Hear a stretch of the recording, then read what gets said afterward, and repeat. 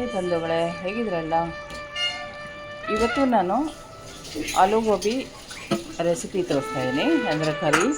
ಅದನ್ನು ನೀವು ಈ ಥರ ಮಾಡಿದ್ದೀರಾ ಅಂತ ಕಮೆಂಟ್ ಮಾಡಿ ತಿಳಿಸಿ. ಅದಕ್ಕೆ ಮೊದಲಿಗೆ ನಾನು 4 ಸ್ಪೂನು ಮೊಸರು ತೊಗೊಂಡಿದ್ದೀನಿ. ಅದಕ್ಕೆ 1 ಸ್ಪೂನು ಧನಿಯಾ ಪುಡಿ, 1 ಸ್ಪೂನು ಹಸಿಮೆಣಸಿನ ಪುಡಿ, ಅರ್ಧ ಸ್ಪೂನು ಅರಿಶಿಣದ ಪುಡಿ, ಅರ್ಧ ಸ್ಪೂನ್ ಜೀರಿಗೆ ಪುಡಿ ಮತ್ತು 1/4 ಸ್ಪೂನು ಕರಿಮೆಣಸಿನ ಪುಡಿ ತೊಗೊಂಡಿದ್ದೀನಿ. ಎಲ್ಲವನ್ನೂ ಸರಿಯಾಗಿ ಮಿಕ್ಸ್ ಮಾಡಬೇಕು, ಚೆನ್ನಾಗಿ ಪೇಸ್ಟ್ ಥರ ಆಗಬೇಕು. ಈಗ ಒಗ್ಗರಣೆಗೆ ನಾನು 1.5 ಸ್ಪೂನ್ ಎಣ್ಣೆ ಹಾಕಿದ್ದೀನಿ. ಎಣ್ಣೆ ಕಮ್ಮಿ ಹಾಕ್ತಾಯಿದ್ದೀನಿ.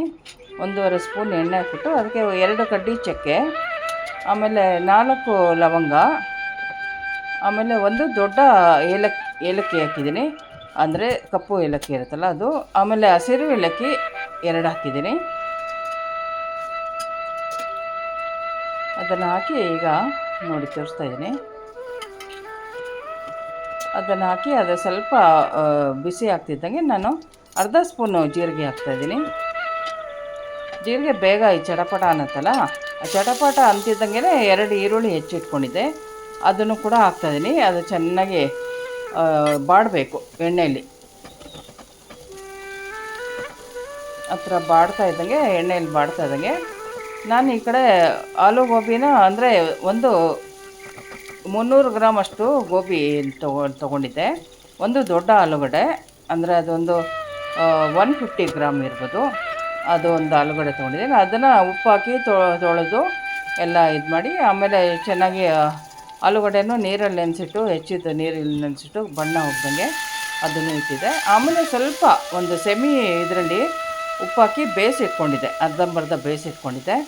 ಯಾಕಂದರೆ ಇವಾಗ ಇದೆಲ್ಲ ಮಾಡುವಾಗ ಮತ್ತೆ ಬೇಯುತ್ತಲ್ವ ಅಂಥೇಳಿ. ಇವಾಗ ಅದನ್ನು ಹಾಕ್ಬಿಟ್ಟು ನಾನು ಚೆನ್ನಾಗಿ ಮಿಕ್ಸ್ ಮಾಡಿದೆ. ಒಂದು 2-3 ಸಲ ಚೆನ್ನಾಗಿ ಮಿಕ್ಸ್ ಮಾಡಿ, ಹೆಂಗೂ ಅರ್ಧಂಬರ್ಧ ಬೆಂದಿರುತ್ತಲ್ಲ, ಬೇಯುತ್ತೆ ಚೆನ್ನಾಗಿ. ಮತ್ತು ಇವಾಗ ಅದಕ್ಕೆ ರುಚಿಗೆ ತಕ್ಕಷ್ಟು ಉಪ್ಪು ಹಾಕ್ತಾಯಿದ್ದೀನಿ. ಯಾಕಂದರೆ ಅದು ಆಲೂ ಗೋಬಿನೂ ಬೇಯಿಸೋ ಕೂಡ ಹಾಕಿದ್ದೆ ನಾನು ಉಪ್ಪು, ಹಾಗಾಗಿ ಇವಾಗ ಸ್ವಲ್ಪ ಅರ್ಧ ಸ್ಪೂನ್ ಹಾಕಿದೆ. ಮತ್ತು ಇದಕ್ಕೆ ನಾನು ಹಸಿರು ಬಟಾಣಿ, ಅಂದರೆ ಫ್ರೋಝನ್ ಬಟಾಣಿ, ಸ್ವೀಟ್ ಕಾರ್ನು ಅದೊಂದು ಅರ್ಧ ಬಟ್ಲು ಹಾಕ್ತಾಯಿದ್ದೀನಿ, ಯಾಕಂದರೆ ಚೆನ್ನಾಗಿರುತ್ತೆ ಅಂತ. ಮತ್ತು ಇದಕ್ಕೆ ಇನ್ನೊಂದಂದರೆ ಕಾಬೂಲ್ ಚೆನ್ನಾನು ನೆನೆಸ್ಬಿಟ್ಟು ಅದನ್ನು ಹಾಕಿದರೂ ತುಂಬ ಟೇಸ್ಟ್ ಬರುತ್ತೆ. ನಾನು ಇವತ್ತು ಬೇಬಿ ಅಂದರೆ ಸ್ವೀಟ್ ಕಾರ್ನು, ಆಮೇಲೆ ಫ್ರೋಝನ್ ಮಟರ್ ಹಾಕ್ತಾಯಿದ್ದೀನಿ. ಅದನ್ನು ಹಾಕಿ ಚೆನ್ನಾಗಿ ಬಾಡಿಸಿ, ಆಮೇಲೆ 2 ಟೊಮೊಟೊನ ನಾನು ಪ್ಯೂರಿ ಮಾಡಿ ಇಟ್ಕೊಂಡಿದ್ದೆ, ಮಿಕ್ಸಿಗೆ ಹಾಕ್ಬಿಟ್ಟು ಅದನ್ನು ಕೂಡ ಇವಾಗ ಹಾಕಿ ಅದು ಹಸಿತನ ಹೋಗೋ ತನಕ ಚೆನ್ನಾಗಿ ಕುದಿಸ್ಬೇಕು. ಸ್ವಲ್ಪ ಇದನ್ನೆಲ್ಲ ಮಿಶ್ರಣ ಚೆನ್ನಾಗಿ ಹೊಂದ್ಕೋಬೇಕು, ಹಸಿತನ ಹೋಗೋ ಥರ. ಆ ಥರ ಮಾಡಿ ಚೆನ್ನಾಗಿ ನೋಡಿ, ಆ ಥರ ಎಲ್ಲ ಇವಾಗ ಹಸಿತನ ಹೋಗುತ್ತೆ. ಸ್ವಲ್ಪ ಮುಚ್ಚಳನೂ ಮುಚ್ಚಿಟ್ರೆ ಇನ್ನೂ ಬೇಗ ಹೊಂದ್ಕೊಂಡು ಎಲ್ಲ ಚೆನ್ನಾಗಿ ಮಿಕ್ಸಾಗಿ ಚೆನ್ನಾಗಿ, ಇದು ಒಂಥರ ಡಿಫ್ರೆಂಟ್ ಆಗಿರುತ್ತೆ. ಇದು ಬಂದು ಮತ್ತು ಚಪಾತಿ, ಪೂರಿಗೆ ತುಂಬ ಚೆನ್ನಾಗಿರುತ್ತೆ. ಒಂಥರ ಡಿಫ್ರೆಂಟ್ ಆಗಿರುತ್ತೆ ಟೇಸ್ಟು. ಮಾಮೂಲಿ ನಾವು ಮಾಡ್ತೀವಲ್ಲ, ಅದು ಎಲ್ಲದಕ್ಕಿಂತ ಡಿಫ್ರೆಂಟ್ ಆಗಿದೆ. ಅದಕ್ಕೆ ನೀವು ಮಾಡಿ ನೋಡಿ, ನಿಜವಾಗ್ಲೂ ಚೆನ್ನಾಗಿರುತ್ತೆ.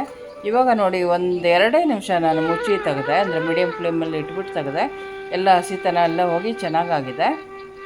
ಈಗ ಏನಂದರೆ 1-2 ಮೆಣಸಿನ್ಕಾಯಿ ನಾನು ಜಜ್ಜಿ ಇಟ್ಕೊಂಡಿದ್ದೆ, 2 ಮೆಣಸಿನ್ಕಾಯಿ, ಆಮೇಲೆ ಬೆಳ್ಳುಳ್ಳಿ 4 ಎಸಳು, ಆಮೇಲೆ ಶುಂಠಿ 1 ಇಂಚಷ್ಟು ಎಲ್ಲನೂ ಜಜ್ಜಿ ಇಟ್ಕೊಂಡಿದ್ದೆ.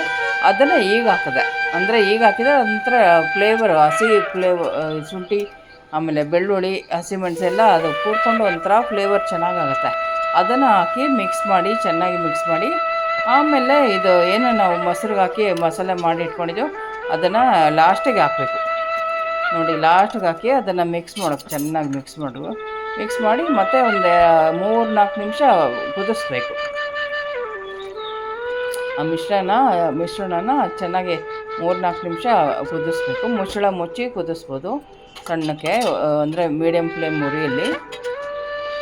ಇವಾಗ ಆಲ್ಮೋಸ್ಟ್ ಆಗ್ತಾಯಿದೆ, ಎಲ್ಲನೂ ಆಯಿತು. ಇವಾಗ ಇದನ್ನು ಚಪಾತಿ, ಪೂರಿ ಇದಕ್ಕೆಲ್ಲ ಚೆನ್ನಾಗಿದೆ, ರೋಟಿ, ಪರೋಟ ಇದಕ್ಕೆಲ್ಲ ಚೆನ್ನಾಗಿದೆ.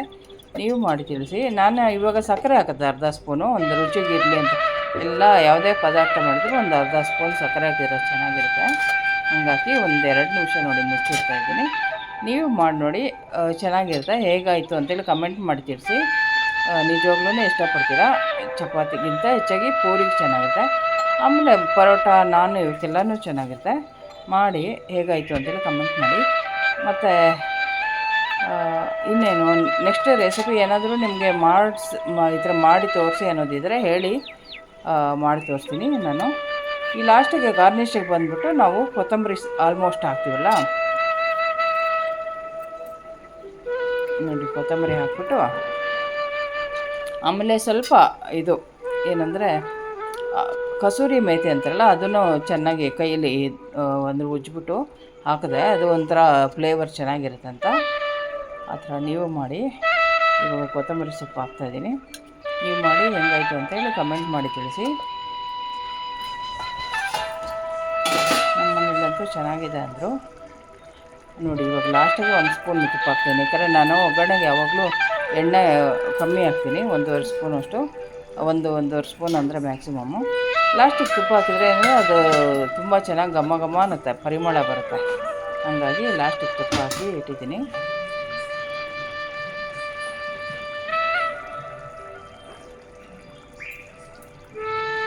ನೀವು ಮಾಡಿ ಹೇಗಾಯಿತು ಅಂತ ತಿಳಿಸಿ. ಹಾಗೆ ನನ್ನ ಚಾನಲ್ ಲೈಕ್ ಮಾಡಿ, ಸಬ್ಸ್ಕ್ರೈಬ್ ಮಾಡಿ, ಶೇರ್ ಮಾಡಿ. Thank you so much.